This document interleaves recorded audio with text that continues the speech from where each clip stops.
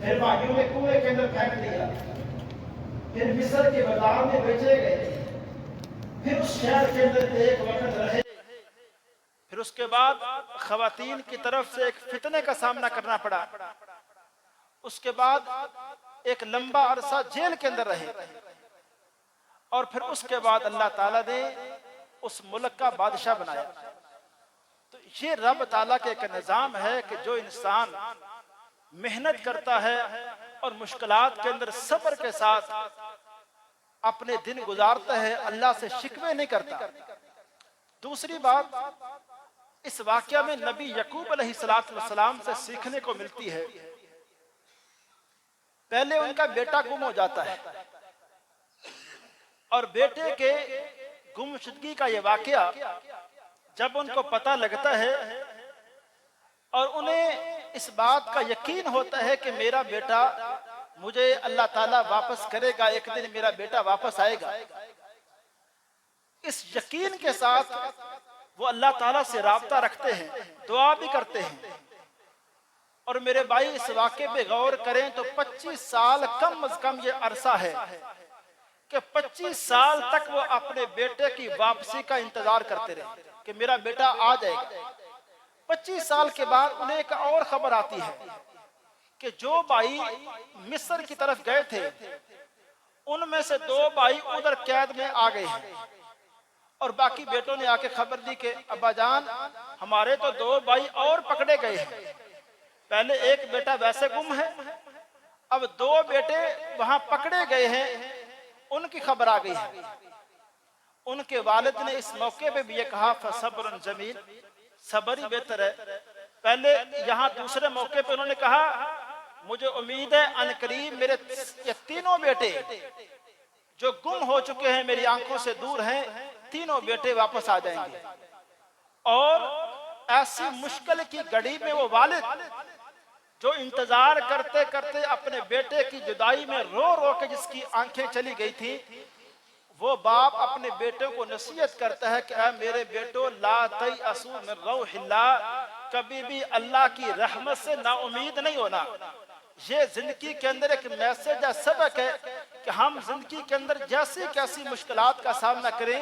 اللہ تعالیٰ کی رحمت سے کبھی ہم نا امید نہ ہو۔ تیسری بات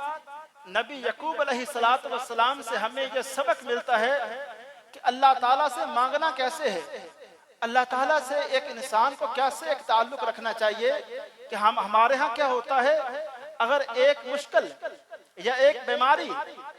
مہینے سے دوسرے مہینے میں چلی جائے ہم مایوسی کی طرف چلے جاتے ہیں، ہمارے گھر کی پریشانی مہینے سے دوسرے مہینے میں چلی جائے اور ہم دعائیں کریں اور ظاہری طور پہ ہماری وہ پریشانی ختم نہ ہو تو ہم اللہ معاف کرے شکوے کرنے پہ اتر آتے ہیں کہ ہماری تو دعائیں قبول ہی نہیں ہوتی۔ ہم پھر اپنے ایسے رستوں کی طرف، ایسے جگہوں کی طرف ہم جانا شروع کر دیتے ہیں جن کو ہمیں پتہ بھی ہے کہ یہاں ہمیں کوئی خیر ملنے والی نہیں، اپنے ایمان کو بیچ دیتے ہیں۔ لیکن میرے بھائی یاد رکھیں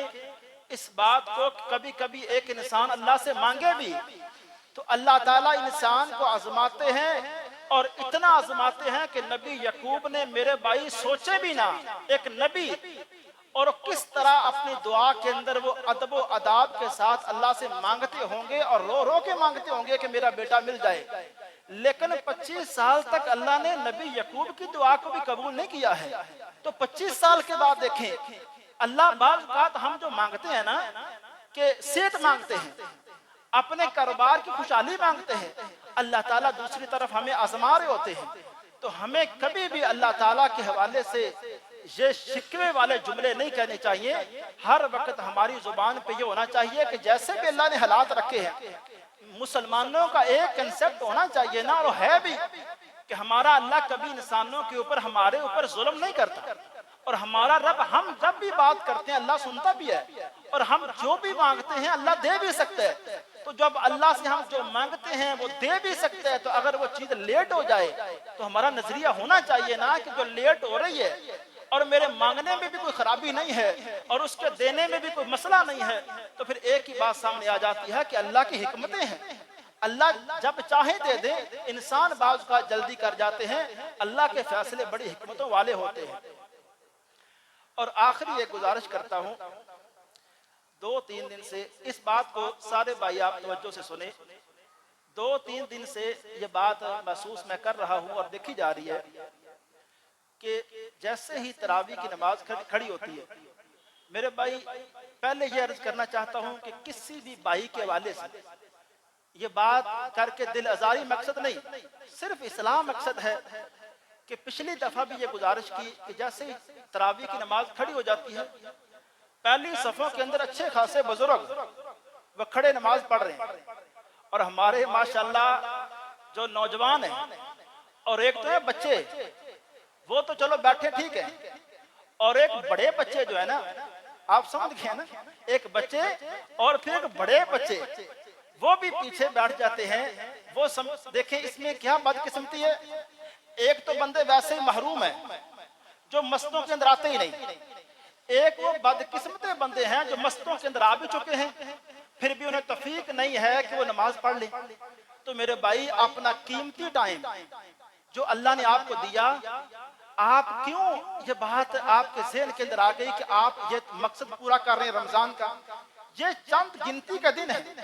اس کو تو ہم مسجدوں کے اندر قیمتی سے قیمتی بنائیں اور پیچھے بیٹھنے کے بجائے میرے بھائی جب آپ تھکاوٹ محسوس کریں صفوں کے اندر بزرگوں کو دیکھ کے آپ حوصلہ لے کے صفوں کے اندر آ جائیں، اور نہ بالکل پیچھے مسجد کا انتظامیہ کے آپ انتظامات کو دیکھ رہے ہیں۔ میں صرف آپ کو یہ بتانا چاہتا ہوں کہ انتظامات کو آپ دیکھ رہے ہیں، تعریف اللہ کی ہے، بندے کی تعریف نہیں ہے، انتظامات دن بدن اچھے کرنے کی کوشش کی جا رہی ہے۔ پہلا جمعہ مجھے پتہ ہے کہ صرف 2 بندوں کے والے سے ہمیں وہ بھی شک ہوا، یقین نہیں، شک ہوا کہ 2 بندے شاید جمعے کی نماز ان کی رہ گئی۔ ہماری پوری ٹیم کی آدھا گھنٹہ اس پہ میٹنگ ہوتی رہی کہ اس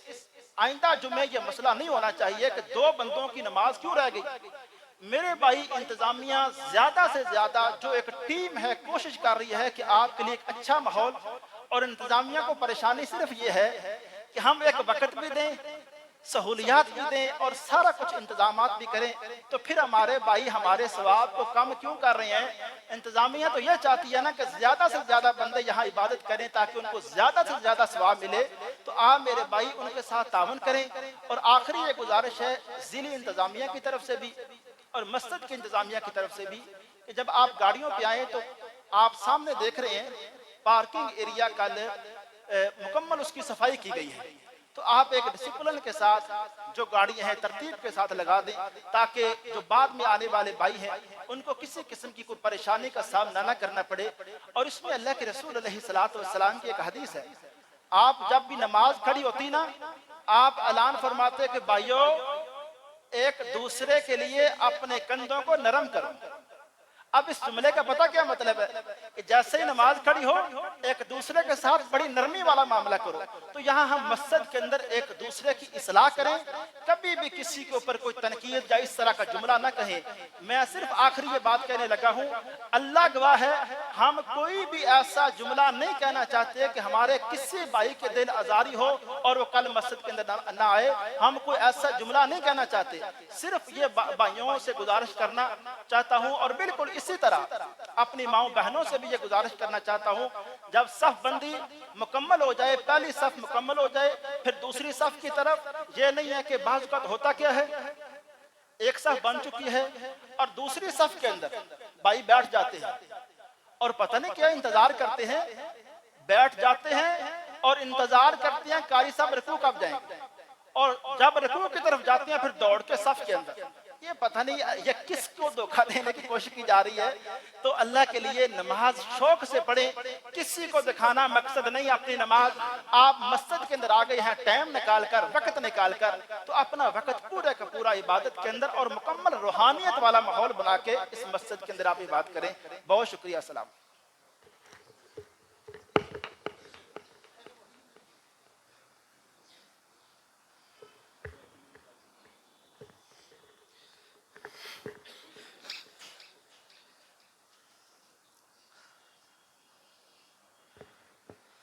اللہ اکبر۔